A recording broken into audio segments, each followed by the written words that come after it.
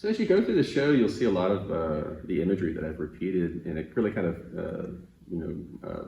really gives a little insight into my process as well. A lot of the imagery I create in the screen printing studio, and so I'll do a lot of prints. And then in my studio, I'll use it as collage material. And so you might have, some French fries next to, Grand Odalisque on my studio floor. And so, within that process of kind of making, you'll see, arrows, French fries, this isometric cube in a lot of the pieces because it's just sort of part of the process.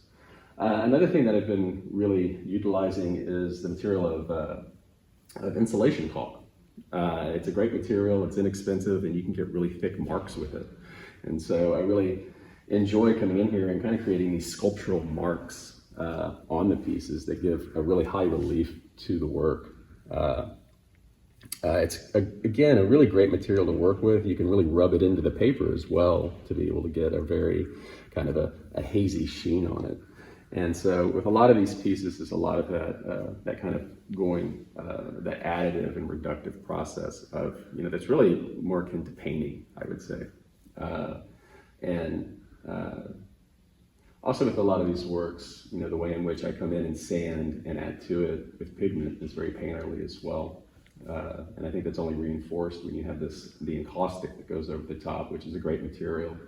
On these, with the encaustic, I left, usually have a part of the process where you burn it in, either with an iron or with a heat gun. And I left these open because I really like that brush stroke that you see in them. And it kind of gives, a duller sheen to it, whereas if you came over with a heat gun, it would give a much shinier sheen. You see this in work with Jasper Johns a lot, and that was something that really inspired it because he also skipped the burning in process to keep those brush marks. And so when you see these in person, you're able to see a lot of the brush marks and then also the different layers that are involved in the making of them.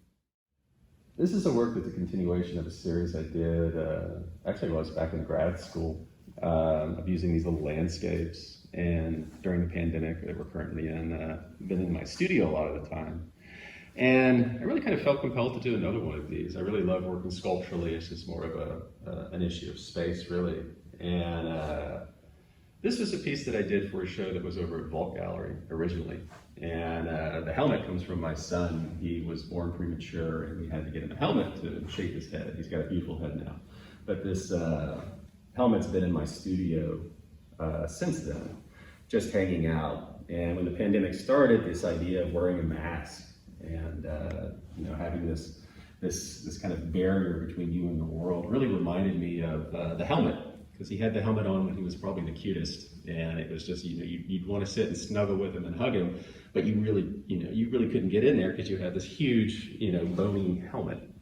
So I made this because it was one of the things that I've really dealt with within the pandemic was that I really enjoyed doing was being able to take my son to the park and spend time with him there. So just having that frustration of not being able to go to the park and really being able to explain to Ezra that why he couldn't go on the swings and why he couldn't play with others. And so we ended up building a little fort in the backyard, but it wasn't quite the same. This was a park that we'd gone to ever since he was really born. And I'd have to say, that's one of the things that kind of was the inspiration behind this piece.